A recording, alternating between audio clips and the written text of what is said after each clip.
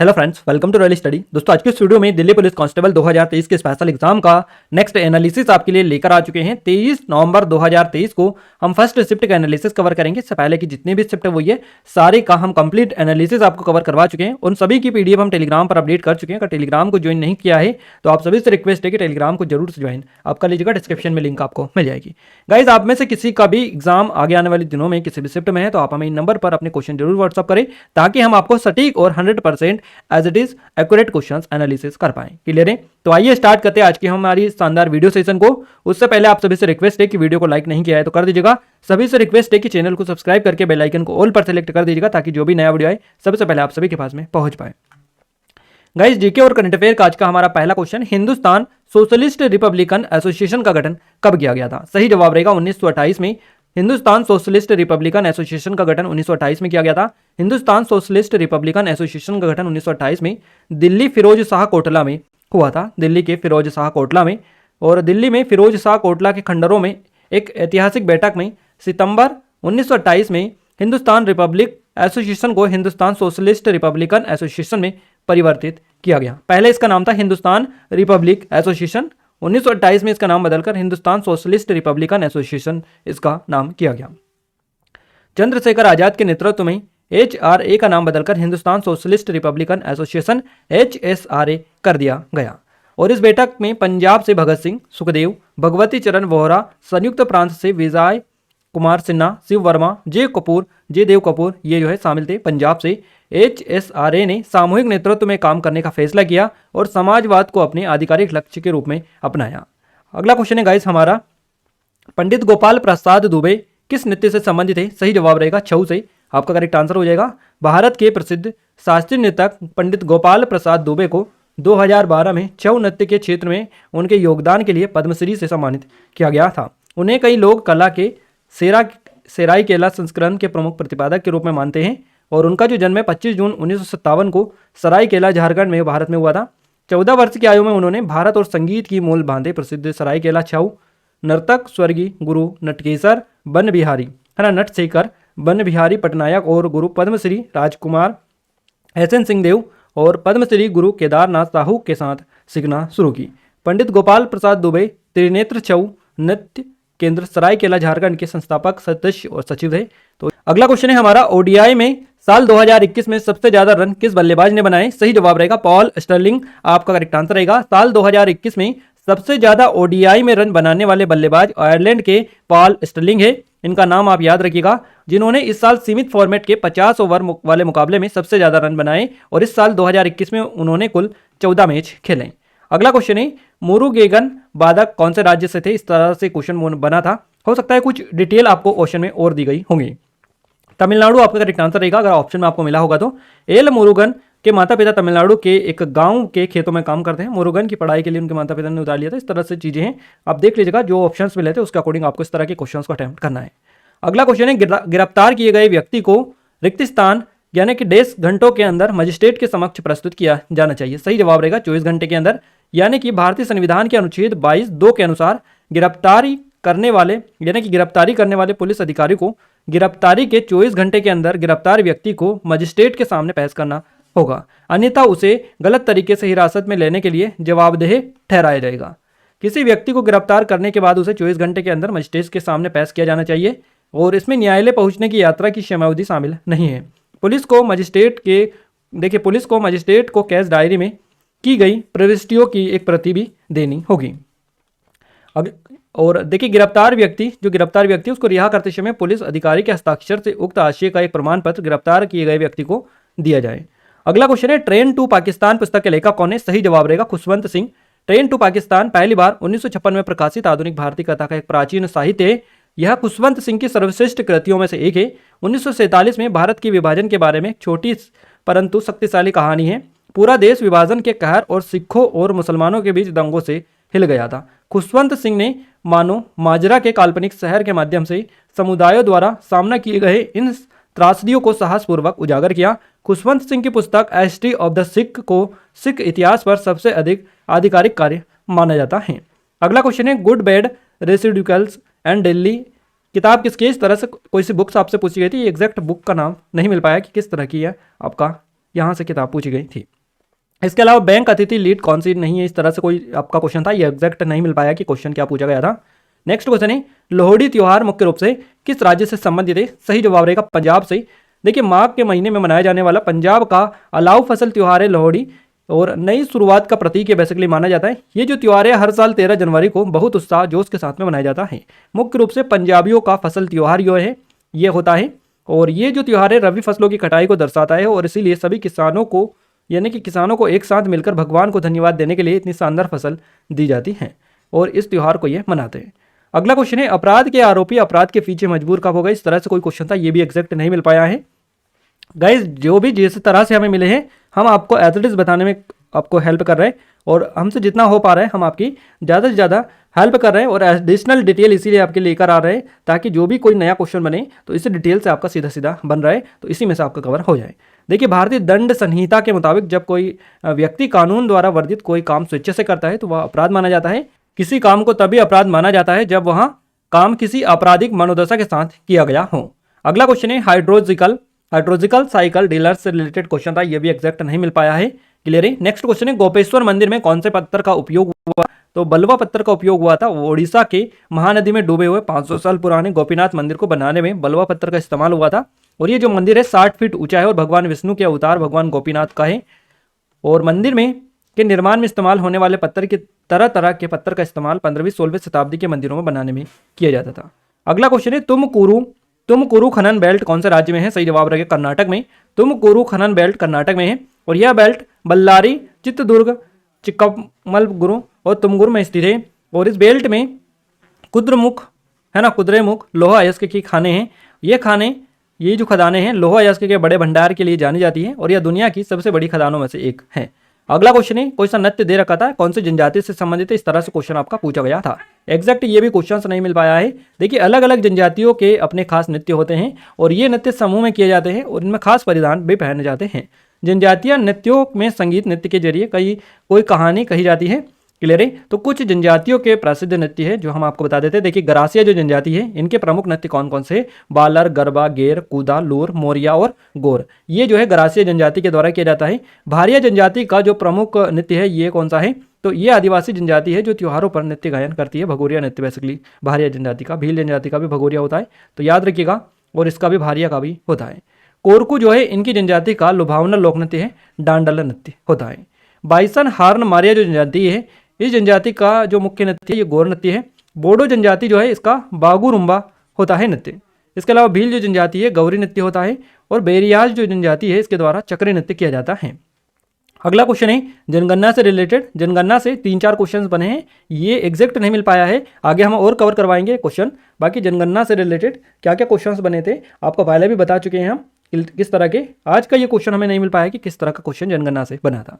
अगला क्वेश्चन है नूरजहां की उपाधि किसे मिली थी, तो नूरजहां की जो उपाधि मिली थी ये महरुन्निसा को मिली थी, जहांगीर की ये पत्नी थी। महरुन्निसा को नूरजहां की उपाधि मिली थी। नूरजहां मुगल सम्राट अकबर के पुत्र जहांगीर की पत्नी थी। जहांगीर ने 1611 में महरुन्निसा से शादी की थी, और शादी के बाद जहांगीर ने महरुन्निसा को नूर महल की उपाधि दी थी। नूर महल का मतलब क्या होता है, महल की रोशनी। और शादी के 5 साल बाद 1616 में जहांगीर ने महरुन्निसा को नूरजहां की उपाधि दी थी। नूरजहां का मतलब होता है दुनिया की रोशनी। अगला जो क्वेश्चन पूछा गया है ये है खेलो इंडिया यूथ गेम्स 2023 की मेजबानी किसने की थी, तो ये मध्य प्रदेश ने की थी। खेलो इंडिया यूथ गेम्स 2023 की मेजबानी मध्य प्रदेश ने की थी, और ये जो आयोजन है 30 जनवरी से 11 फरवरी तक हुआ। मध्य प्रदेश के 8 शहरों और दिल्ली में इस आयोजन के लिए कुल 11 स्थानों का चयन किया गया था। इन जगह पर 27 खेलों में 1936 जो है पदकों के लिए प्रतियोगिता बेसिकली हुई थी। अगला क्वेश्चन पूछा गया अनुच्छेद से, और अनुच्छेद से 4 से 5 क्वेश्चन बता रहे थे कि आर्टिकल से 4 से 5 क्वेश्चन सीधे सीधे आपके पूछे गए हैं।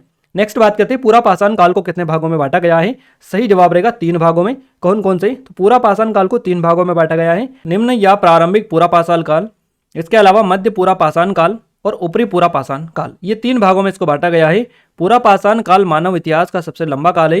पूरा पाषाण काल के दौरान लोग खानाबदोश थे, है ना, और गुफाओं में रहते थे। वे छोटे समूहों में रहते थे और पौधे जो है इकट्ठा करते थे, मछली पकड़ते थे और शिकार करते थे, ये काम करते थे पूरा पाषाण काल के लोग। अगला क्वेश्चन है तंजावुर यानी कि तंजौर का बृहदेश्वर मंदिर किसने बनवाया था, सही जवाब रहेगा राजा राजा प्रथम ने। राजा राजा प्रथम के द्वारा यह बनवाया गया था। तंजावुर का बृहदेश्वर मंदिर राजा राजा चोल प्रथम द्वारा बनवाया गया था। बृहदीश्वर मंदिर जो है तंजावुर तमिलनाडु में स्थित है और यह भगवान शिव को समर्पित एक हिंदू मंदिर है। यह भारत के दक्षिणी भाग में सबसे बड़ा मंदिर है और यह द्रविड़ वास्तुकला शैली में राजा चोल द्वारा प्रथम, है ना, 1001 से 1010वीं ईस्वी के बीच में बेसिकली बनवाया गया था यह मंदिर, तंजावुर का बृहदीश्वर मंदिर। अगला क्वेश्चन है छऊ नृत्य कहाँ का है? तो ये देखिए छऊ जो है ये 3 अलग अलग स्टेट के हैं छऊ। अब ये भी छऊ के अलग अलग नाम है, तो आपको डिपेंड करता है कि कौन सा छऊ दिया था और ऑप्शन में आपको क्या मिला था। पश्चिम बंगाल का जो छऊ है इसको पुरुलिया छऊ बोला जाता है, झारखंड के छऊ को सरायकेला छऊ बोला जाता है और ओडिशा के छऊ को मयूरभंज छऊ बोला जाता है। तो डिपेंड करता है कि आपको ऑप्शन में क्या दिया था और क्वेश्चन में आपको क्या दिया था। यह 3 शैलियों में पाया जाता है जिनका नाम उस स्थान के नाम पर रखा गया है जहां उनका प्रदर्शन किया जाता है, यानी कि पश्चिम बंगाल का पुरुलिया छऊ होता है, झारखंड का सरायकेला छऊ होता है और ओडिशा का होता है मयूरभंज छऊ। अगला क्वेश्चन है प्रधानमंत्री मुद्रा योजना क्या है? तो ये एक ऋण योजना है। प्रधानमंत्री मुद्रा योजना PMMY भारत सरकार द्वारा गैर कृषि लघु सूक्ष्म उद्यमों को 10 लाख रुपए तक का ऋण प्रदान करने के लिए शुरू की गई एक योजना है और ऋण प्रदान करने के लिए शुरू की गई एक योजना है, तो ऋण से इसका संबंध सीधा रहेगा। प्रधानमंत्री मुद्रा योजना भारत सरकार द्वारा 2015 में शुरू की गई एक प्रमुख योजना है। नेक्स्ट क्वेश्चन है मुगल का वंश कौन सा है? यानी कि मुगल जो है ये किस वंश के हैं या मुगलों का वंश कौन सा है? तो तुर्की मंगोल मूल के तैमूरी वंश से इनका संबंध है सीधा सीधा। मुगल शासकों के 2 महान वंशों के वंशज है, यानी कि मुगल शासक जो है ये 2 महान वंशों के वंशज थे। अपनी माता की ओर से वे चीन और मध्य एशिया के कुछ भागों पर शासन करने वाले मंगोल शासक चंगेज खान के वंशज थे। अपने पिता की ओर से वे ईरान, इराक और आधुनिक तुर्की के शासक तैमूर के उत्तराधिकारी थे। हालांकि मुगलों को मुगल या मंगोल कहलाना पसंद नहीं था। अगला क्वेश्चन है भारत सरकार की पहली औद्योगिक नीति की घोषणा कब की गई थी? सही जवाब रहेगा भारत सरकार की पहली औद्योगिक नीति 6 अप्रैल 1948 को। स्वतंत्रता प्राप्त करने के बाद भारत सरकार ने 6 अप्रैल 1948 को अपनी पहली औद्योगिक नीति घोषित की। औद्योगिक नीति 1948 को मंत्री डॉक्टर श्यामा प्रसाद मुखर्जी द्वारा संसद में प्रस्तुत की गई थी। अगला क्वेश्चन है जनगणना 2011 में भारत में कितने जिले हैं? सही जवाब रहेगा 640। जनगणना 2011 के अनुसार भारत में जिलों की संख्या 640। क्लियर है? 2011 की जनगणना के मुताबिक आपको डेटा ये बताना था और इसमें 250 जिले अति पिछड़े हैं। 2011 की जनगणना 1872 के बाद भारत की 15वीं जनगणना थी और आज़ादी के बाद यहाँ 7वीं जनगणना थी। अगला क्वेश्चन है जतिन गोस्वामी किस तरह नृत्य शैली से संबंधित है? सही जवाब रहेगा सत्रिया से। कथक कलाकार उस्ताद उमा शर्मा और सत्रिया कलाकार उस्ताद जतिन गोस्वामी को वर्ष 2017-18 के लिए कालिदास सम्मान 20 फरवरी 2020 को खजुराहो नृत्य महोत्सव की प्रारंभिक रात्रि में प्रदान किया गया। भारत सरकार ने 2008 में पद्मश्री के लिए श्री के गैर सैन्य कर्मियों का गौरव प्रदान इनको किया है। अगला क्वेश्चन है लोहड़ी उत्सव कहाँ का है? तो ये पंजाब का है। लोहड़ी का त्यौहार मुख्य रूप से पंजाब से जुड़ा है और यह पंजाबियों का फसल त्यौहार है। यह हर साल 13 जनवरी को मनाया जाता है। अगला क्वेश्चन है उच्च न्यायालय के न्यायाधीश को हटाने के लिए राज्यसभा में कम से कम कितने सदस्यों के हस्ताक्षर होने चाहिए? तो कम से कम 50 सदस्यों के हस्ताक्षर होने चाहिए राज्यसभा में। उच्च न्यायालय के न्यायाधीश को हटाने के लिए राज्यसभा में कम से कम 50 सदस्यों के हस्ताक्षर होने चाहिए। न्यायाधीश को हटाने के लिए संसद के दोनों सदनों में प्रस्ताव पारित होना चाहिए और प्रस्ताव पारित होने के लिए सदन के कुल सांसदों का बहुमत या वोट देने वाले सांसदों में से कम 1/3 का समर्थन मिलना जरूरी है। अगला क्वेश्चन है गाइस हमारा 44वां शतरंज ओलंपियाड 2022 में कहाँ हुआ था? ये चेन्नई में हुआ था। तबला वादक कौन नहीं है? नेक्स्ट क्वेश्चन काफी ज्यादा इंपॉर्टेंट है। तबला वादक कौन नहीं है? तो ऑप्शंस तो हमें एग्जैक्ट नहीं मिले, बाकी जितने भी तबला वादक है सारे हमने डाल दिए। इनमें से छोड़कर जो भी ऑप्शन मिला होगा आपका सही जवाब होगा। तो भारत के कुछ प्रसिद्ध तबला वादक है जैसे कि उस्ताद जाकिर हुसैन, उस्ताद अल्लाह रखा, अहमद जन तिरकवा, चतुरलाल, समता प्रसाद मिश्र जिनको गुदई महाराज बोलते हैं, अनोखे लाल मिश्र, कंटे महाराज, किशन महाराज और संदीप दास, ये सभी जो है तबला वादक हैं। अगला क्वेश्चन है एक अपराधी स्वयं के विरुद्ध गवाही नहीं दे सकता है, कौन से अनुच्छेद के तहत? तो अनुच्छेद 20 के तहत एक अपराधी स्वयं के विरुद्ध गवाही नहीं दे सकता है। भारतीय संविधान के अनुच्छेद 20 में कहा गया है कि किसी अपराध के आरोपी को अपने खिलाफ गवाही देने के लिए बाध्य नहीं किया जा सकता है। अनुच्छेद 20 में अपराधों के लिए सजा के संबंध में सुरक्षा का प्रावधान भी किया गया है। अगला क्वेश्चन गाइस हमारा काफी ज्यादा इंपॉर्टेंट है। क्वेश्चन है यूपी और बिहार में किसके कारण प्रदूषण ज्यादा फैलता है? तो ये पराली के कारण ज्यादा प्रदूषण यूपी और बिहार में, यहां तक कि दिल्ली में भी होता है। नेक्स्ट क्वेश्चन है बच्चों को पढ़ाने का अधिकार किस वर्ष से किस वर्ष तक रहता है? तो 6 से 14 वर्ष की आयु तक बच्चों को पढ़ाने का एक मौलिक अधिकार है। इस तरह से आप बोल सकते हैं। तो शिक्षा का अधिकार अधिनियम, जिसे आमतौर पर RTE अधिनियम 2009 के रूप में जाना जाता है, इसका मुख्य उद्देश्य भारतीय संविधान के अनुच्छेद 21A के तहत भारत में 6 से 14 वर्ष की आयु के सभी बच्चों को अनिवार्य शिक्षा प्रदान करना। अगला क्वेश्चन है, माता पिता अपने बच्चों को कितनी उम्र तक पढ़ाने का अधिकार रखते हैं? तो ये मौलिक कर्तव्य है, बेसिकली आपका याद रखिएगा 6 से 14 वर्ष माता पिता या अभिभावकों का यह मौलिक कर्तव्य है कि वे 6 से 14 वर्ष की आयु तक के अपने बच्चों को शिक्षा के अवसर प्रदान करें। और भारतीय संविधान का जो 86वां संशोधन है, इसने शिक्षा के अधिकार को संविधान के भाग 3 में मौलिक अधिकार के रूप में प्रदान किया है। तो ये बेसिकली मौलिक अधिकार अब बन चुका है। क्लियर है? तो ये जीके के क्वेश्चन हमें मिले थे, जीके जीएस के जितने मिले सारे के सारे आपको बताने में आपकी हेल्प है। आइए अब अपन बात करते हैं कंप्यूटर की। देखिए कंप्यूटर में काफी अच्छे खासे क्वेश्चन हमें मिल चुके हैं। कंप्यूटर का पहला क्वेश्चन है, प्रिंट प्रीव्यू की शॉर्टकट की कौन सी होती है? ये क्वेश्चन लगातार आपका बन रहा है। Ctrl+F2 आपकी होती है प्रिंट प्रीव्यू के लिए। अगर किसी फाइल को प्रिंट करना हो तो उसके लिए Ctrl+P होती है। क्लियर है? तो याद रखिएगा सेव करने की शॉर्टकट की कौन सी है? तो Ctrl+S होती है। ये भी कई बार आपका क्वेश्चन बन चुका है शॉर्टकट की, तो आप याद रख लीजिएगा। तीन चार क्वेश्चन हर शिफ्ट में बन रहे हैं। ईमेल हेडर में क्या क्या शामिल होता है? तो प्रेषक, प्रति, विषय, दिनांक, ये सभी शामिल इसमें होता है। शॉर्टकट की से क्वेश्चन बन रहे हैं, इसको अच्छे से कवर करिएगा। MS Excel 365 से, MS Word 365 से क्वेश्चन बन रहा है। ईमेल से क्वेश्चन बना है, देखिए इस तरह से ईमेल मुझे हेडर वगैरह से क्वेश्चन बना है, एग्जैक्ट ये नहीं मिल पाया है। मैथ्स में बात करें, भाज्य अभाज्य संख्या से रिलेटेड क्वेश्चन बना है। जनसंख्या वाला क्वेश्चन बना था परसेंटेज में। SICI से क्वेश्चन बना है। औसत में क्रिकेट वाला यानी रन बनाने वाला क्वेश्चन आपसे पूछा गया था। अनुपात वाला क्वेश्चन बना था, शंकु से क्वेश्चन था, बैलेंस से था। यानी कि क्षेत्रमिति में जो क्वेश्चंस बने थे ये 3D से बने थे, 3D से। इसके अलावा बात करें रीजनिंग में, तो नंबर सीरीज से क्वेश्चन पूछा गया, 5 से क्वेश्चन पूछा गया, सिमिलर सेट से क्वेश्चन बना है, आकृति से क्वेश्चन पूछा गया है, कितने आयत होते हैं इस तरह से क्वेश्चन बना है, कोडिंग डिकोडिंग से भी क्वेश्चन आपका बना है। तो रीजनिंग का, मैथ्स का, कंप्यूटर, जीके साइंस, हमने सारा का सारा आपको ओवरव्यू दे दिया है कि किस तरह की आज की चीज़ें हुई है। बाकी जितना भी जैसे जैसे डेटा हमें मिलता गया सारा का सारा हमने आपको बता दिया है कि किस तरह से आज के क्वेश्चंस पूछे गए हैं।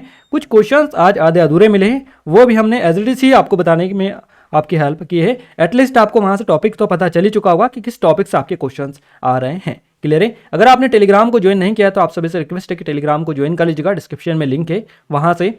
साथ ही इस चैनल को सब्सक्राइब नहीं किया तो आप सभी से रिक्वेस्ट है कि चैनल को सब्सक्राइब जरूर कर लीजिएगा, साथ ही बेल आइकन कॉल पर सेलेक्ट कर लीजिएगा ताकि जो भी नया वीडियो आए चैनल पर उस पर सबसे पहले आपको नोटिफिकेशन उसका मिल पाए।